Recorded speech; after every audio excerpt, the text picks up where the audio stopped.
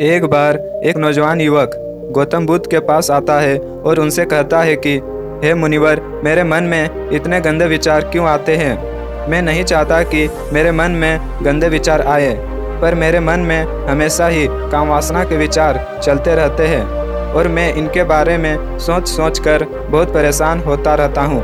मेरी ऊर्जा और समय यह सब सोचने में ही नष्ट हो जाता है और इन सब विचारों की वजह से मैं कभी भी शांत नहीं रह पाता और मैं हमेशा ही स्त्रियों को देखकर उनकी ओर आकर्षित हो जाता हूँ।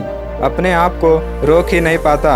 बुद्ध मुस्कुराए और उस नौजवान युवक से बोले, क्या तुम्हें पता है यह कामवासना होती क्या है?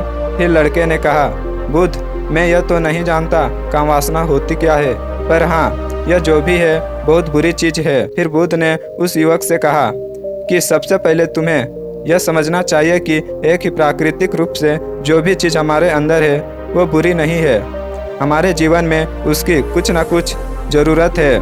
वासना कोई बुरी बात नहीं है, यह तो हमारी मन की एक भावना है जो हमें किसी न किसी चीज़ की कमी का एहसास करवाती है और फिर हम उस चीज़ को पाने के लिए उस चीज़ की तरफ आकर्षित हो जाते हैं।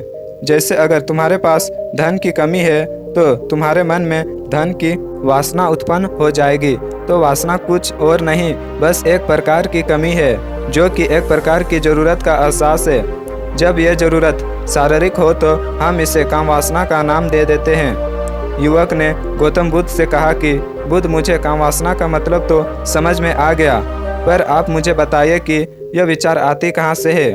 गौतम बुद्ध ने कहा, कामवासना के विचार कहीं से आती नहीं है, यह तो हमारे अंदर में ही होती है और इसका होना तो जरूरी भी है, तभी तो मानव जाति का विस्तार होगा। फिर युवक ने कहा, जब हमारे अंदर ही है और ज़रूरत भी है तो फिर लोग इसे गलत क्यों बोलते हैं? बुद्ध ने कहा कि यही तो समस्या है कि लोगों ने कामवासना को गलत तरीके से सोच लिया, इसे छिपाने और दबाने की कोशिश करते हैं।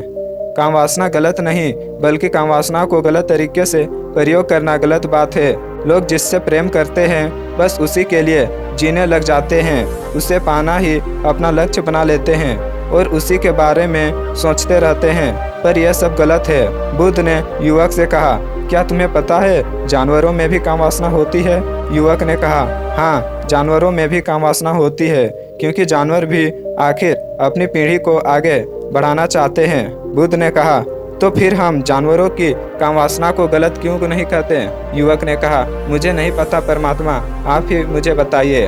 गौतम बुद्ध ने कहा कि जानवर अपने कामवासना का प्रयोग आनंद प्राप्त करने के लिए नहीं करते, वह तो सिर्फ संतान उत्पन्न करने के लिए ही कामवासना का उपयोग करते हैं। जानवरों की प्रकृति ने इतनी समझ नहीं थी कि जानवर अपने कामवासना को अपने सुख का आधार बना सके, जबकि मनुष्य अपनी समझ के बलबूते पर प्रकृति में पाए जाने वाली प्रत्येक वस्तु को अपने सुख के लिए प्रयोग करते हैं। हम इंसान ने ही कामवासनाओं को अपना सुख साधन बना लिया है, जबकि प्रकृति ने तो हमें अपने वंश को आगे बढ़ाने के लिए दिया था। गौतम बुद्ध की यह उपदेश उस युवक को समझ में आ जाती है और वह युवक बुद्ध को धन्यवाद करके वहाँ से चला जाता है।